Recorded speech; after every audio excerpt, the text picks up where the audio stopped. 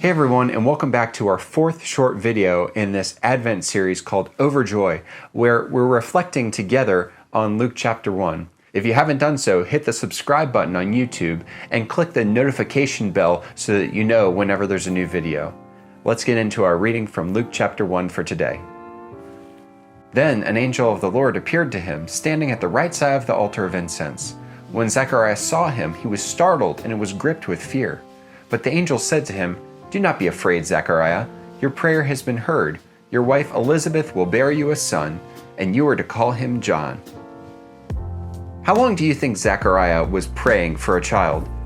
Maybe it was only a short prayer one time, or perhaps he prayed for a long time and then he stopped, knowing that he and Elizabeth were frankly just too old to have children. I like to think, though, that he continued on praying even into his old age.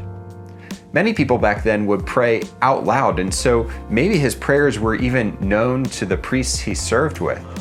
I imagine them mocking him. Get over it, old man. That ship has sailed.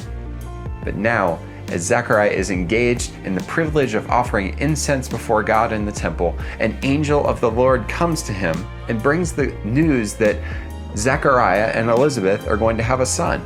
Joy is not Zechariah's first reaction to seeing the angel. Neither is disbelief. His first reaction is fear. People are very frequently afraid when they see an angel. Angels don't always bring good news after all, and Zechariah is merely inches away from the glory of a God who is definitely good, but most definitely not safe. Don't be afraid, the angel says.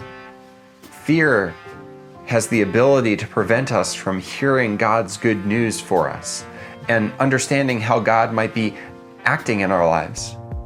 The angel says, "Your prayer has been heard. Your wife Elizabeth will bear you a son, and you are to call him John." An elderly couple who has struggled with infertility their whole lives would miraculously find themselves able to conceive a child. Seemingly in an instant, God turns an impossible into a possible. In his book, How to Pray, Pete Greig compares praying to throwing rocks in a swamp. Each rock sinks without a trace. The exercise seems pointless. But keep going long enough, keep throwing those rocks, and the swamp will eventually be filled.